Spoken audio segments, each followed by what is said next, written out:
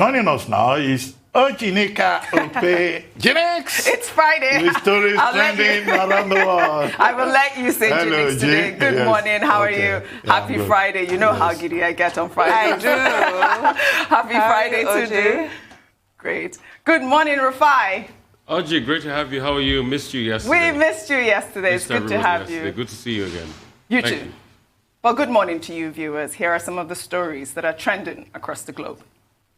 In the United States, Trump's former White House physician, Ronnie Jackson, has initiated a letter that calls on President Joe Biden to take a cognitive test to prove that he is mentally fit to be commander-in-chief. Jackson began collecting signatures for the letter this week during GOP meetings and House votes, and he says it will be sent to Biden and his team in a day or two. In China, the government has launched its first crewed mission in 5 years, sending 3 people into its new space station. The astronauts are traveling in a Shenzhou 12 spaceship, which was launched by a long March 2F Y-12 rocket. In Japan, a 57-meter tall giant Buddhist statue dedicated to the goddess of mercy was draped with a COVID-19 face mask, which will remain until the pandemic is kept under control. In Yemen, 40-year-old Ali Abdullah al-Naomi was publicly executed on Thursday after he was found guilty of murdering his 3 daughters following a row with his wife. His execution, along with 3 other criminals, was the first public execution in Yemen's constitutional capital, Sana'a, since August 2018. In Botswana, diamond firm Debswana has announced the discovery of a 1,098-carat stone, which it described as the 3rd largest of its kind in the world, behind the 3,106-carat Cullinan found in South Africa in 1905 and the 1,109-carat Lesedi Larona, also discovered in Botswana in 2015. The rare gemstone was presented to the country's president, Mogwetsi Masisi, on Wednesday. Can never be equated to lab grown. Never. There's only one real diamond. In Zambia, tributes pour in for Kenneth Kaunda, the founding father of the nation, who died on Thursday at the age of 97 at a military hospital in the country's capital, Lusaka, where he was treated for pneumonia. Under sports, Nigeria's queen of the tracks, Blessing Okagbare, has become the 2nd fastest woman in the world after she finished in 10.62 seconds at the National Olympics trials in Lagos. Finally, under entertainment, R&B singer R. Kelly's home in Atlanta, Georgia, where women were allegedly held against their will, has been sold off for a little over $1.7 million. Let's begin what's trending with President Muhammadu Buhari's visit to Maiduguri, the Borno State Capital, where he applauded the collective efforts of troops and other security agencies in the country's terrorist-troubled northeast region. The president, while speaking with the troops on Thursday, said the efforts of the gallant men and women have resulted in the relative peace enjoyed by the people of Yobe, Borno, Adamawa, Taraba, and other northeastern states. He went further to salute the courageous efforts of the soldiers who he says have paid the supreme price in the last 10 years since the insurgency in the region started, and also promised the wounded soldiers that they will get the best medical attention towards their full recovery. I mean, I think that this is about the best news we have heard so far coming from, President Muhammadu Buhari. I must applaud him. I was so touched by this move. Tundu. Well, we discussed this earlier, and I was trying to get Dr. Abati's experts, and I trust your judgment and your opinion in everything. I was trying to get his opinion exactly what has brought about this, change in our president. He's up and doing, he's all over the place. And it's like really great listening. to see. So this is the thing. So I was asking, is this responsiveness on his part? Has he heard the complaints of Nigerians that we need more of a pater familias, we need a president, a listening president, a speaking president, or is there something else? I am just excited about the morale boost. Yes. And I responded to Tundu earlier, and I said, look, we should avoid the conspiracy theories. Because in the as a follow-up to this visit, I've read quite a number of comments Some people have said, well, are those soldiers really wounded soldiers? Oh, God. Or people who are in disguise? Why? And someone pointed out that, look, if you look at the wound, the location of the wound, it's like all of them had wounds in their arms. And why are they wearing the same color? Why are they wearing the same color with the president? You know, some people even pointed out that some of those soldiers are bearded. Why? That soldiers don't go about with beards and all of that. But they're recovering. So that's how so far Nigerians can go with regard to conspiracy theories. So, and that was why I said earlier that we should leave those conspiracy theories aside. But we can ask the question, why is it indeed, all of a sudden, that things that the president should have been doing on a consistent basis, we now see him doing it, doing those things? I mean, he's been to Lagos, he's been to Borno, he's been going around, he has granted 2 media interviews, he's promising to do a lot more, as if he's embarking on a campaign. And that is the question. However, I think it's a good development. Nigerians have been saying the president should talk to them. The president should engage with them. And we've seen him, in the last few days, really making that effort to engage with Nigerians. And I think the visit to the Northeast Theater of Operation is a major morale booster, to borrow your phrase, OG. Not just for the state governor, who received fulsome praise from the president, but also other stakeholders within that community. The military, that he praised for the sacrifice that they have made. The traditional rulers, that he praised for the efforts that they too have made in terms of contribution to restoring peace. 3, he talked about hunters, the vigilante, the JTF, all of these persons within the community who have also been supporting government. He talks about relative peace. And some people have queried that to say, is there really peace in the Northeast? But I think the big takeaway for me is the president's conclusion that he is convinced that the government needs to do more. And the evidence of government doing more is to be able to see that there is peace, not just in the Northeast, but in every part of Nigeria. That being one of the major assignments of government. The only controversial part of it that you can bring up is that the president, in the course of his statements during that visit to Borno State, made a point that the people of Borno State voted for him 90% in the last election. So could that be the motivation if we want to look at the angle of politics? Will the president also visit the Southeast, where he didn't get up to 90% of the votes? But in any case, that's an aside. Let's stay with the major principles that I started with. Well said, Dr. Abati. Rufai, your comment on the story. I mean, commendations to the president for visiting the Northeast. He said there is relative peace there. I don't think there's relative peace in the Northeast, because if there was relative peace, we will see the peace and people will have returned to their lives and livelihood. Good one by the president, but also the president should not stop in that place. The president should go ahead and visit people that were slaughtered and killed in Igogon. Their families are there. They are crying. They want the president's film. The president should not stop. He should go to Benue and visit people that have been killed many times over. Over 100, over 50.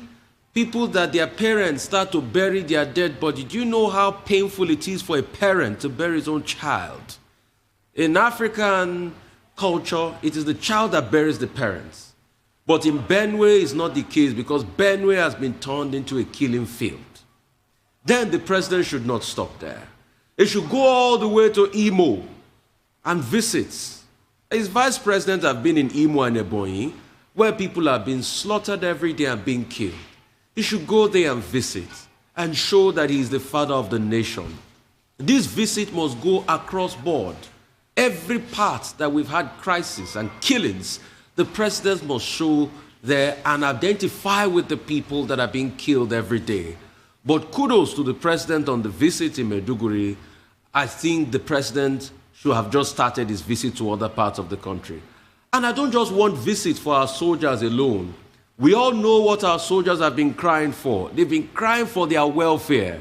Will this visit bring about their welfare? A lot of those soldiers have been fighting in the theater command for so many years now. They don't even get a day off. They don't even get holiday. This visit should bring about addressing the welfare concerns. The concerns as regards military gear for them. The concerns as regards their salary being paid promptly.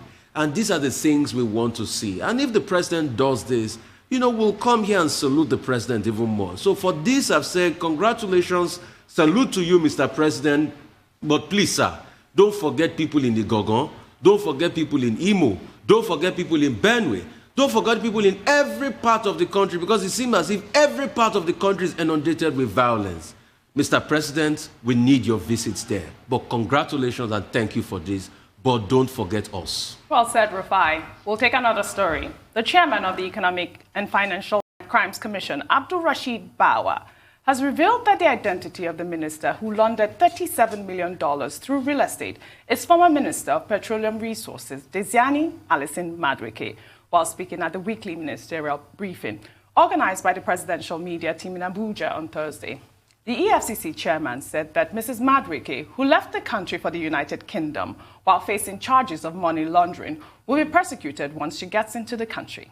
The anti-graft boss went further to state that the commission, in no distant time, will clamp down on those engaging in illegal funds laundered through real estate. Billions of naira. Okay, let me give you an example. I just told you that $37.5 million was used in acquiring a property.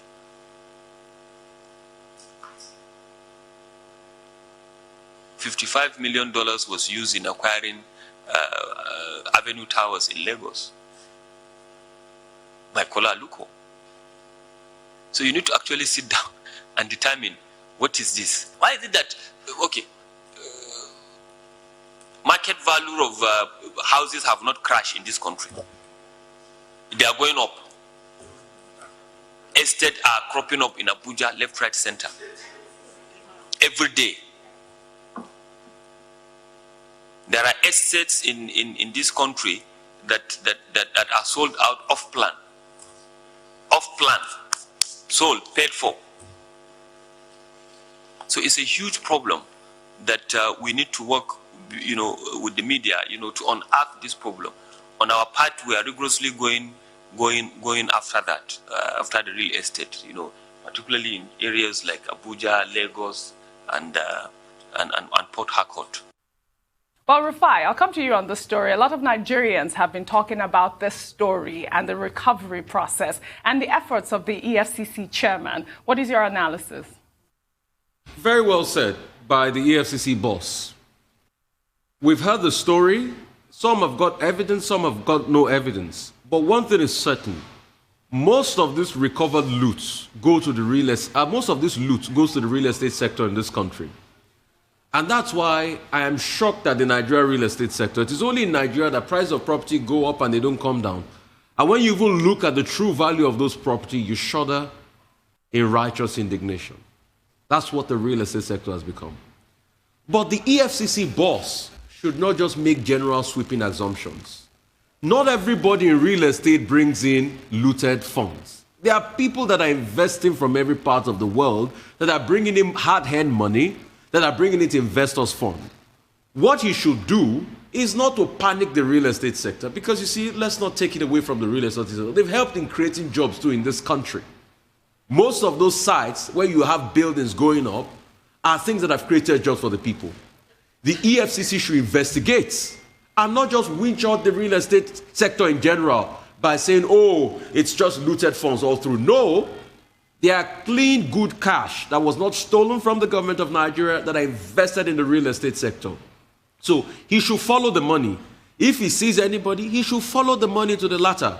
And he should bring those people to book and take those property. They've been seizing some. I mean, there's some they have seized from people that looted money, like the minister in question.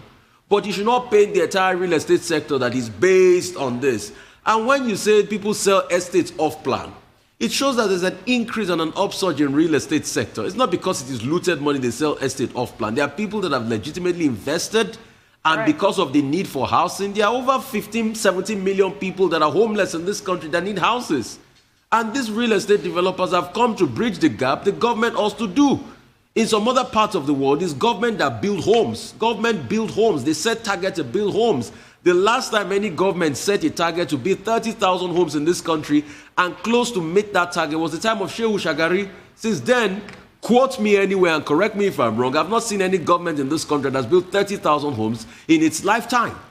So please don't paint the entire real estate sector black. There are some that are doing it legitimately, but if you are looking for money and you see some people have put money in real estate, follow the money and acquire the property like you've been doing. Put your investigation on board. All right. Very well said, Rufai. We'll take another story. Activists are calling for the release of a teenager, Kemisola Ogunniyi, who gave birth in jail following her arrest and detention during the NSAS protest at the age of 17. Former presidential candidate and activist Omoyele Sowore, who shared photos of Ogunyi, revealed that she was arrested by the police in Akure, Ondo State, because she looked like one of those who burnt down the All Progressives Congress office in the city. He also alleged that they have now begun persecution of the prison guard who accompanied her to the hospital for taking photos of the teenager and her baby to release to the public. Tundu, how horrific is this? It's horrific, but it's a fact of life. I mean, yesterday we were celebrating Tupac's birthday. Yes. His mother was pregnant in jail with him. He was almost born in jail. She was released about a month before he was born. And in Nigeria, well, we all know the symbol for justice is the lady. She's blind. She does not care if the mother is pregnant. Even if you're 1 month pregnant, you're 8 months pregnant, in the clink you go if you are supposed to be jailed. So in this sense, what is sad is just the reality women all over this country, all over the world are facing.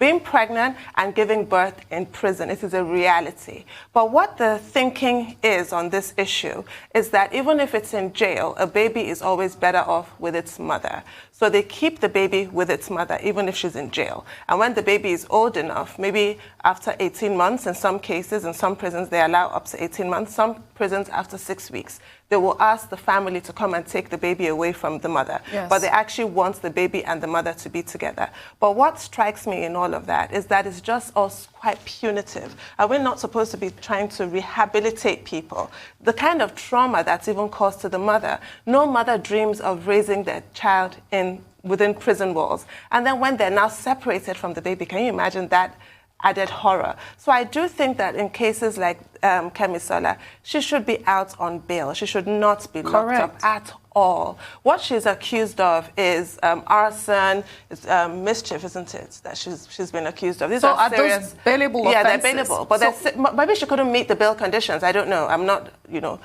I don't have the full facts of this case. Maybe she could not meet the bail offenses, but I think she should be out on bail, just from a mercy perspective, because it's not a capital offense that she's been accused of. And she's had this baby. I mean, prisons across Nigeria do try and provide facilities for nursing mothers, but how good can those facilities possibly be? I think she should go home. I agree with you, Yes. Tundu. I mean, she's been held in detention since October. Is Yes, that correct, I think Dr. she should Abati? go home. Well, I think here we may be dealing with a case of human rights abuse, a violation of Kemisola Ogunniyi's fundamental human rights, because she's been detained for 8 months. There's nowhere in the Constitution of Nigeria where a person can just be detained for complete 8 months. She's not been arraigned. She's not been charged to court. Well, she hasn't. She hasn't No, been that's arraigned. why Why has she been locked up for 8 months? Yes, and That's the outrage. She's been in I detention. find that shocking. She's been in detention for complete 8 months. What the law says is that, look, if you are arrested, within 48 hours, you'll be charged to court, or the nearest, court within 72 hours. And if you have to be kept longer than that, then, of course, there will have to be an order of court and proper justification for you to be kept beyond that period. And what we have in Nigeria is this crisis of awaiting trial process. Many of our prisons, detention centers are overflowing with persons who have just been arrested, some of them for wandering, which is a non-existent offense in Nigeria. But the Constitution grants you the freedom of movement. The number of people that are in police cells, just because they are moving about, you find it unbelievable. And that is why this particular case is quite ugly. What makes it ugly again is the fact that she was arrested as someone who participated in the NSAS protest. Who look like? Yes, that should look like the person. In October 2020, but they are claiming she took part and that she was one of those persons who burned down a building belonging to the All Progressives Congress. And you know that the NSAS protest last year across, many parts of the country was something really very controversial. And people saw it as, a denial of people's right to protest. And of course, a lot of innocent persons are in detention. This lady may just be one of them. The third leg of it is the fact that she gave birth while in detention. Well, it happens, as Tondun was trying to point out. But the truth of the matter is that it's not often that persons are released or the child is released, when they reach a stage where family members can help take care of them. Many of our prisons and detention centers are full of children who have been kept there permanently, who are imprisoned for an offense that they have not committed. And under our laws, you cannot be imprisoned or detained for an offense that you have not committed. Now, Omoyele Sowore, who has been following the story through his platform, says that he got a chance to talk to the Attorney General of the state because there has been a lobby that this particular lady should be released because she's innocent. But according to Sowore, he said the Attorney General said no, that there have been complaints, that there are other complainants who have fingered her, and that what the state can do is to activate the process of ensuring that she gets bail. Even when she gets that bail, when eventually the Attorney General of Ondo State wakes up, even if she gets that bail tomorrow, there will have been, an abuse of process because she has been in detention for more than 8 months. What is the delay all about? What is the excuse that the Ondo State government will give? There have also been appeals to the Ondo State government, Governor Akeredolu SAN, to look into this matter. He, being a senior advocate of Nigeria, should be able to see what is involved. But I think what is more important is, if the Attorney General insists that the matter will still go to court, it's good that the Nigerian Bar Association branch in Ondo State, in Akure specifically, has offered, to represent her and to take up the case pro bono. Any form of abuse, abbreviation of fundamental human rights is, of course, unacceptable. And I'm glad that there are lawyers in Ondo State who have said, look, they will take up the matter, and that, in fact, when the case comes up, the number of lawyers that will go to the court, will be quite intimidating. Well, although it's not allowed to go and intimidate the landed justice. But you can't even intimidate a judge, even if you go with a battalion. Horrible. Rufai, there's also the case of the security guard who took Kemisola to the hospital. They're prosecuting him or her for taking pictures of Kemisola. I mean, Oji, this case just smacks all shades wrong, very wrong. And, I'm happy that Dr. Batia, the two lawyers in the House, have been able to do justice to the legal angle. But let me speak as a layman, like a Nigerian out there. It is shocking that we have a country that we are quick to identify a supposed protester, an arsonist. But we have a lot of unknown gunmen that are carrying guns all over the streets and killing people, and their faces are open, but we'll never be able to identify them because they are gunmen, and we call them unknown gunmen. But we know Kamisola. You know why we know Kamisola? Because she's defenseless, because there's nobody to fight for her. Because Kamisola is part of the poor people in Nigeria. Because if you check her financial states, it might not measure up. So she might not even be able to get the best lawyer to get her justice. But we are so quick to pick Kamisola. And the far part of this is the fact that all of this rests on the poor. So it is the poor that is always taken prisoner quickly. I mean, the hoodlums, probably they will have political backers, but nobody can touch them. But the poorest of the poor will be taken prisoner and allowed to have a baby in jail. So we can quickly know Kamisola. But there are a lot of unknown gunmen out there we see, but we don't know them. And that's where Nigeria is today. So much injustice in town. And that's why people keep on speaking. So much injustice. Because she looked like part of the people. So we know Kamisola. This picture is too much. I know. Beg your pardon. The person. We know Kemisola, but we don't know the unknown gunman. And that's the picture of our country. She's denied of her rights. After 8 months, maybe if she gets bail, nobody will even think of compensation of violating her rights. Well, I hope she gets bail immediately. Let's even pray she gets bail in the first place before she now gets compensation. But we know Kemisola, but we don't know a lot of unknown gunmen. Nigeria, we hail thee. Well, we'll take our final story.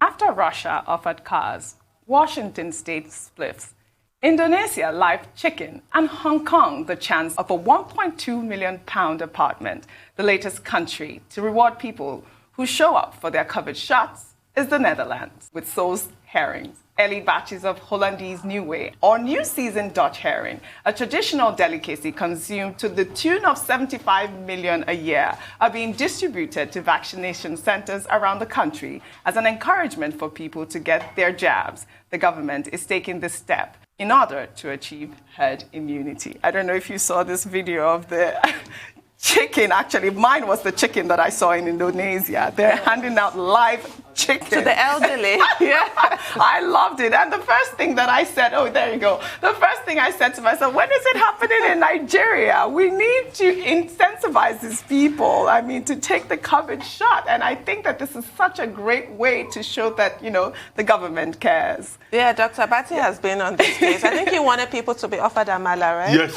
Did you say that? Yes. We take it regularly on the COVID-19 segment. Okay. With Adesua. Okay. Betundo, you want to take it No, off? I just think that Netherlands can do a lot better than herring. Than the herring. Really. It gets very interesting to see all these COVID initiatives, COVID incentives. In Serbia, they give out 3,000 dinars, which is about 25 euros. In California, there's what they call Vaccine Win, which is a lottery program, whereby on a weekly basis up till June 10, you can win up to $1.5 million. In Ohio, the state of Ohio, the governor was giving out full board scholarship. Yeah. Vax-A-Million. Yes, Vax-A-Million. In Washington state, they were giving marijuana. Yeah. So if you get the jab, you take a joint. A nice joint. Joints for jabs. And in Maine, they even give fishing equipment to people. But only yesterday we talked about Bill de Blasio giving out, I think $2,500 each to 10 lucky winners in New York. So what is the rationale for this? In the U.S. particularly, it was discovered that the initial delivery of the vaccines, people were very enthusiastic. Yeah. Let's take the state of Ohio, for example. Now, after a period, when people took the vaccines, the levels of response from the people went down for different reasons in different places, however. Some people tried to watch the reaction, how people will respond to it. Some people were vaccine hesitant. Some people who were just vaccine cynics or skeptics who did not want it. Now, in the state of Ohio, within the period that these incentives were introduced for adults and also for younger people, the vaccination rate went up immediately. More people came out to take the second jab. And that's why I've been advocating that in Nigeria here, maybe if they introduce amala, I don't know about amala. Or jollof rice. You prefer jollof rice. So if they start serving jollof rice, more Nigerians will come out. Piping hot amala and jollof rice. Yes. Then people will come out. You'll be shocked. I'm serious. But the bigger challenge is to get the vaccines, make sure that the vaccines are available. Because in these countries where these incentives are made available, the vaccines are also available. Here in Nigeria, we've been told that we'll get the next round of vaccines from COVAX and elsewhere in July. But get the vaccines are available, make sure the logistics work, then back it up with jollof rice that you want. I do want jollof rice. Rufai, what do you want? And you will see a crowd out there. Well, it's like during the NSAS protest. You remember, there were buckets of places where people were dishing out jollof rice. And it helps. And pepper soup. It helps. Some people were going to the... what is that place called now? Lekki Tollgate. The Lekki Tollgate, just to go and take a pepper soup and jollof rice. And drinks. Rufai, what would you take? Pepper soup, jollof rice, amala? Which one? And have you taken your second jab? Friday, and I'd like everybody to go take their second jab. But Oji, I know what will work in Nigeria. It's just giveaway on Instagram. Giveaway, Jesus. Giveaway works wonders. Yeah. I think the Nigerian government should just try giveaway on Instagram. Okay. You know, just give away to your people. Well, not every Nigerian is on Instagram. Dr. Abati. Let them give us jollof rice and soup. Dr. Abati, but for the Instagram community, it works so well. Give away. And please, Dr. Abati, see that jollof rice and just give them, you know, half bag of rice each. Half bag of rice. Let them cook it themselves. They should cook it themselves. You know, give palliative. Give palliative truly. Well, give palliative. It works wonders. And most importantly, Dr. Abati, give Indomie. I mean, classic. I love it. Well, anyway, that's all I have for you guys on What's Trending. Thank you guys. Have a great weekend. Later we'll discuss the plans for the week. Yes. All right then. You need to brief us. Thank you.